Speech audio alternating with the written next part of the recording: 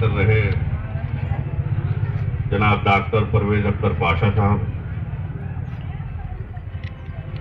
हमारे MIM के पश्चिमी उत्तर प्रदेश के सचिव जनाब हामिद मलिक साहब, MIM के लीगल सेल के पूर्व जिला अध्यक्ष जनाब आमिर एडवोकेट साहब, अफसर अली साहब, दाऊद भाई, आयोजक जनाब मतलूब अंसारी साहब, और इस प्रोग्राम की संचालन कर रहे अबरार भाई, सामने अलवी नगर के सम्मानित बुजुर्गों और दोस्तों, हमारा ये देश एक खूबसूरत गुलदस्ते के मालिक है। जिस तरीके से एक गुलदस्ते के अंदर तरह तरह के रंग बिरंग के फूल खिले हुए होते हैं, गेंदा का फूल होता है, चमेली का फूल होता है, गुलाब का फूल होता है, तमाम फूलों की सजावट से गुलदस्ते को सजाया जाता है। इसी तरह से हमारा ये देश हिंदुस्तान मुख्तलिफ समुदाय के लोगों से बना हुआ एक खूबसूरत देश है। यहाँ पर हिंदू भी हैं, मुसलमान भी हैं, सिख भी हैं, ईसाई भी हैं। तो जिस तरीके से गुलदस्ते का एक फूल अगर मुरझा जाए तो पूरे गुलदस्ते की खूबसूरती खत्म हो जाती है, इसी तरह से हिंदुस्तान के इन 4 समुदाय में कोई भी समुदाय अगर वंचित रह जाए, कोई भी समुदाय मुरझा जाए तो हिंदुस्तान की जो है माथे पर कलंक है और इसकी खूबसूरती के ऊपर एक बदनुमा थप्पा। आज हिंदुस्तान के अंदर बहुत सारे हमारे मजहबी त्योहार हैं, होली है, दिवाली है, ईद है, बकरीद है, और हम लोग जो है अपने धर्म के मुताबिक उन त्योहारों को मनाते हैं। लेकिन राष्ट्रीय त्योहार जो हमारे देश के त्योहार हैं वो भी 2 त्योहार हैं। एक जो है 15 अगस्त यौम आजादी का त्योहार है, एक 26 जनवरी ये यौम जमहूरिया गणतंत्र दिवस का त्योहार। 15 अगस्त को हमारा देश आजाद हुआ, इसलिए हम और आप जश्न आजादी मनाते हैं। 26 जनवरी 1949 को हमारे देश का अपना संविधान, अपना कानून लागू हुआ, इसलिए हम जो है यौम जमहूरिया के तौर पर उस त्योहार को मनाते हैं। मुसलमान हो, हिंदू हो, सिख हो, ईसाई हो, हर समुदाय के लोग इस त्योहार को बड़ा ही जज्बाती अंदाज में मनाते हैं। 15 अगस्त 1947 को जब हमारा देश आजाद हुआ, लेकिन उस वक्त एक बहुत बड़ा हादसा पेश आ गया हिंदुस्तान पाकिस्तान के बंटवारे का। हमारे बुजुर्गों ने, हमारे बाप और दादाओं ने पाकिस्तान जाने का मन बना लिया था। उन्होंने अपना बोरिया बिस्तर बांध लिया था पाकिस्तान जाने के लिए, लेकिन हमें और आपको, हमारे बुजुर्गों को रोका गया। पंडित जवाहरलाल नेहरू ने रोका, डॉक्टर राम मनोहर लोहिया ने रोका, गांधी जी ने रोका, मौलाना अबुल कलाम आजाद ने रोका। गांधी जी ने कहा कि हिंदुस्तान के मुसलमानों, तुम कहां जा रहे हो? तुम इस देश के अटूट हिस्सा हो, तुम्हारे बगैर हम अधूरे हैं और हमारे बगैर तुम अधूरे हो। मौलाना अबुल कलाम आजाद ने दिल्ली की शाहजहानी जामा मस्जिद पर खड़े होकर के मुसलमानों के एक बहुत बड़े मजमे से खिताब किया कि मुसलमानों, तुम कहां भागे जा रहे हो? तुम्हें लाल किला की मजबूत दीवारों का वास्ता है, रुक जाओ। तुम्हें ताजमहल की खूबसूरती पुकारती है, रुक जाओ। तुम्हें कुतुब मीनार की ऊंचाइयों का वास्ता है, रुक जाओ। तुम्हें जामा मस्जिद के तकद्दुस और पाक दामनी का वास्ता है, रुक जाओ। फिर क्या था? हमारे बुजुर्गों के, हमारे बाप और दादाओं के पाकिस्तान की जानिब दौड़ते हुए कदम रुक गए और वो इसी देश के, वो इसी मिट्टी के, इसी मुल्क के होकर रहे। हमने इस मुल्क से प्यार किया, हमने यहाँ के कल्चर और सकाफत से प्यार किया, हमने यहाँ के संविधान से प्यार किया, हमने यहाँ के भाईचारा से प्यार किया, और हमने इस देश को आगे बढ़ाने के लिए हमने मौलाना अबुल कलाम आजाद और रफी अहमद की दवाई जैसा नेता दिया। हमने इस देश पर कुर्बान होने के लिए ब्रिगेडियर उस्मान और पीर अब्दुल हमीद जैसे हजारों सपूत दिए। हमने इस देश को ताकतवर बनाने के लिए और हमने इस देश को बैनुल अक़वामी सतह पर पहचान और शनाख्त कराने के लिए हमने एपीजे अब्दुल कलाम जैसा साइंसदान दिया। आज भी हिंदुस्तान के अंदर इस देश की तरक्की के लिए, इस देश को आगे बढ़ाने के लिए, इस देश के विकास और उन्नति के लिए हमारा मुस्लिम समाज भी किसी समाज से पीछे नहीं। आज भी हम भारत में कोई भी काम सरकारी नहीं करते। आज भी हम भारत में कोई भी काम सरकारी नहीं करते। यही है वजह कि आज हम उनसे मक्कारी नहीं करते। वफा का खून रग रग में सदा मौजूद रहता है। मुसलमान जो भी सच्चे हैं वो गद्दारी नहीं करते। इस आजादी के जश्न को, इस आजादी की नेमत को आप लोग महसूस कीजिए, आजादी की नेमत की कदर कीजिए और आपसी भाईचारा, आपसी हिंदू मुस्लिम एकता को कायम रखिए, इसको बढ़ावा दीजिए। बहुत बहुत शुक्रिया।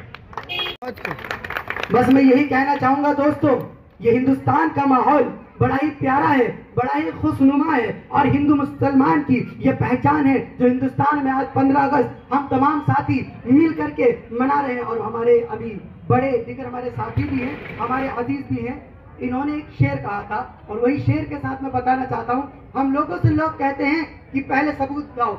मैं 15 अगस्त की बात बाद में करूंगा, पहले अपनी आजादी का, अपनी मोहब्बत का हिंदुस्तान से सबूत देने की कोशिश। बहुत बढ़िया कि हम काम कोई देश में जाली नहीं करते, कि हम काम कोई देश में जाली नहीं करते, अरे खाली किसी गरीब की थाली नहीं करते। बहुत बढ़िया। हम काम कोई देश में जाली नहीं करते। लोग कहते हैं कि अपनी मोहब्बत का प्रमाण पत्र लेकर के आओ कि तुम कहां से और कब से हो। तो हम बताना चाहते हैं ख्वाजा गरीब नवाज की सबसे पहली जो ज़ियारत चमक रही है वही हमारे बुजुर्ग हैं, वहां से हमारी पहचान है। हम इतने पुराने, हमसे कहां से तुम मांगना चाहते हो कि काम कोई देश में जाली नहीं करते, खाली किसी गरीब की थाली नहीं करते। अरे अब्दुल हमीद बन के उड़ा देते हैं खुद को, अब्दुल हमीद बन के उड़ा देते हैं खुद को। हम लोग हुकूमत की दलाली नहीं करते, हम लोग हुकूमत की दलाली नहीं करते, हम उसमें के लोग हैं। कल भी हमने आजादी की जब वक्त लड़ाई हुई थी वो जलियांवाला बाग देख ले, जब लोगों ने कहा था कि तुम्हारे साथियों ने दगाबाजी की थी, तो उस वक्त हमारे जो जिम्मेदार थे उन्होंने कहा था अगर किसी भी मुसलमान के पीठ पर गोली मिल गई तो मैं जिम्मेदार हूं, उसके बाद हम लड़ाई आजादी में शामिल होना ही छोड़ देंगे। कुर्बान जाऊं तमाम शहीदों को जिनके भी गोलियां मिली थी, उन तमाम के सीने पर गोलियां मिली थी। ये पहचान है हमारी मोहब्बत की, ये हमारा आजादी के अंदर ऐसा योगदान रहा है। अलवी नगर के मेरे नौजवान साथी, छोटे भाई, ठीक है अरे लगा दो भाई, मैंने मीटिंग रख रखी है, और अलवी नगर के मौजूद बुजुर्गों और साथी, आज हमारी आज़ादी का 75वां दिवस मना रहे हैं अमृत दिवस के नाम में। मैं बहुत शॉर्ट में बात करूंगा क्योंकि रज़ाकी साहब ने पूरी डिटेल से आप लोगों को बताया हमारी क्या कुर्बानियां रही और हमारे बुजुर्गों ने क्या क्या कुर्बानियां दी इस देश की आज़ादी के लिए। आज वक्त ज़रूरत में जो हालात है, जो हमारी सरकार है, केंद्र सरकार है, राज्य सरकार है, मैं तो खुसूसी तौर से खासकर अपने समाज के लोगों को ये कहना चाहता हूं कि हमारा हर कदम सरकार के हर फैसले के साथ चले, हमारे लिए, देश के लिए, हमारे प्रदेश के लिए, सबके लिए बहुत बेहतर है। और मैं अपने खास तौर से अपने समाज के लोगों को ये कहना चाहता हूं, सरकार के किसी भी फैसले के जो स्वतंत्रता दिवस है वो पूरे देश का है, आपका भी है, मेरा भी है, हर समाज का है, हर जाति का है, हर बिरादरी का। पूरे देश को बड़ी हंसी खुशी के साथ उसे मनाना चाहिए।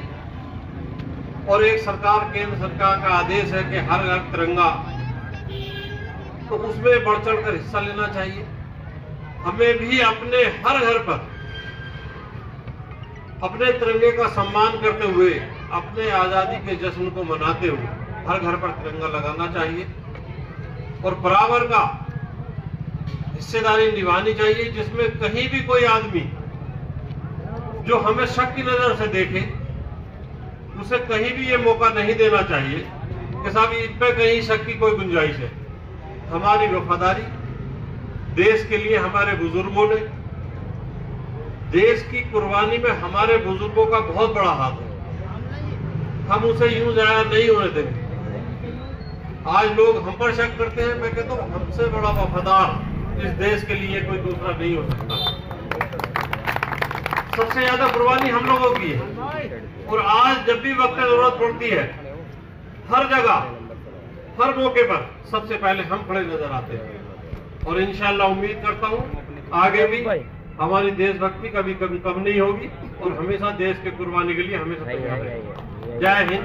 आज का जो अमृत महोत्सव मनाया जा रहा है, देश की 75वीं आज स्वतंत्रता दिवस का है, तो मैं खासतौर से अपने देशवासियों को और सभी खासकर अपने मुस्लिम समाज को ये संदेश देना चाहता हूँ कि सरकार के साथ कदम से कदम मिलाकर पूरे देश के हर मुसलमान हर वक्त देश की आज़ादी में बढ़ चढ़ कर हिस्सा ले रहा है और कोई भी कुर्बानी देश के देने के लिए हमेशा तैयार है।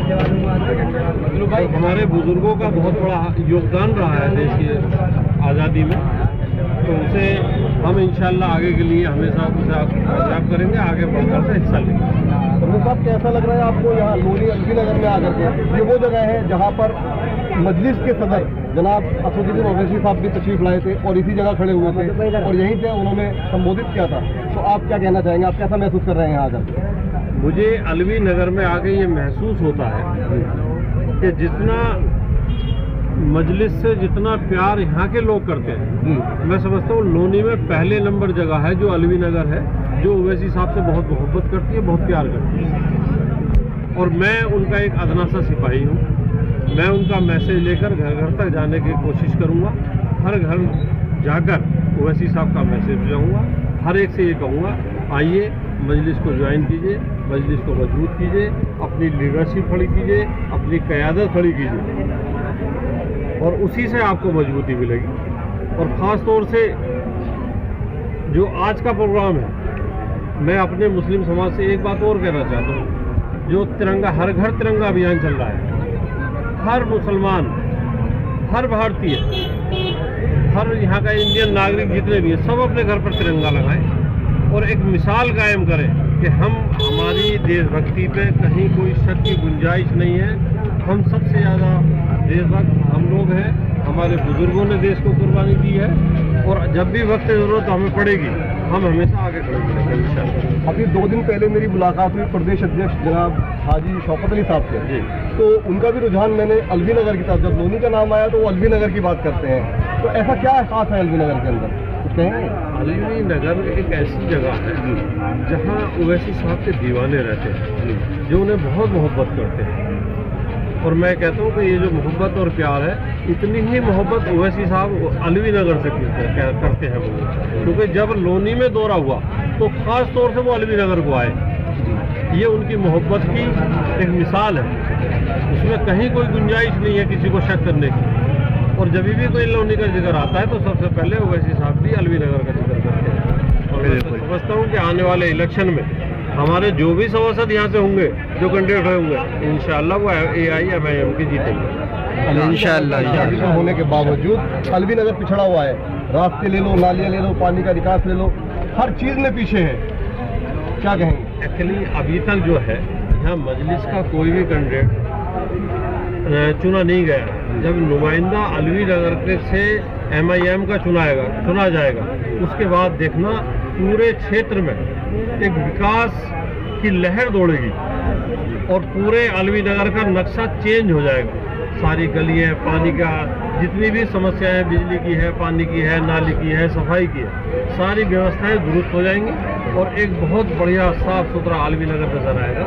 लेकिन यह है कि यहाँ की जनता को जितना प्यार ओवैसी साहब से करती है, उनके नुमाइंदा जो भी आएगा पार्टी का, उसे वोट देकर उसे कामयाब बनाए और इंशाअल्लाह MIM बहुत मजबूती के साथ ये काम करेगा। एक सवाल और करूँगा परवेज साहब आपसे। गाजियाबाद के अंदर बहुत ज़्यादा तिरंगे का प्रचार प्रसार हो रहा है और बहुत ज़्यादा मैं समझता हूँ कि यहाँ से लोगों ने अपनी मोहब्बत का खुलूस का इजहार किया है। लेकिन एक शख्स यहाँ पर ऐसा है जो तिरंगे के बहिष्कार की बात करता है, आप उसके बारे में क्या कहेंगे? उसका नाम है नहीं। नरसिम्हानंद। मैं आपकी बात को मानता हूँ, मैंने उनका देखा है वीडियो जी। एक्चुअली कुछ लोग ऐसे होते हैं जिन्हें सिर्फ जहर उगलना होता है और वो देश को एकता को नहीं देख रहा, देश का विघटन या तोड़ फोड़ करना चाहते हैं। हमें ऐसी उनकी बातों पे ध्यान नहीं देना है, हमें समाज को एकजुट रखना है। क्योंकि हम लोग समाज में एक साथ रहते हैं, उठते बैठते हैं, बिजनेस करते हैं, सारा कारोबार बिना हिंदू मुस्लिम या किसी भी धर्म निरपेक्ष, हमें सबको मिलकर रहना है, एक गुलदस्ते की तरह रहना है। हर समाज में 2-4 लोग इस तरह के होते हैं जो विघटन की बात करते हैं, तोड़फोड़ की बात करते हैं, हमें उनकी बात पे ध्यान नहीं देना। आपको नहीं लगता प्रदेश सरकार ऐसे लोगों के संरक्षण दे रही है? देखिए, ये सरकारी मैटर है, मैं उसमें ज़्यादा कोई ऐसा कमेंट्स नहीं करूँगा, लेकिन सरकार भी अपनी तरह से काम कर रही है और उन पर आए दिन कई मुकदमे भी दर्ज हैं, जेल भी चले गए हैं और आगे मैं समझता हूँ कि सरकार उन पर कोई ना कोई कानूनी कार्रवाई करेगी।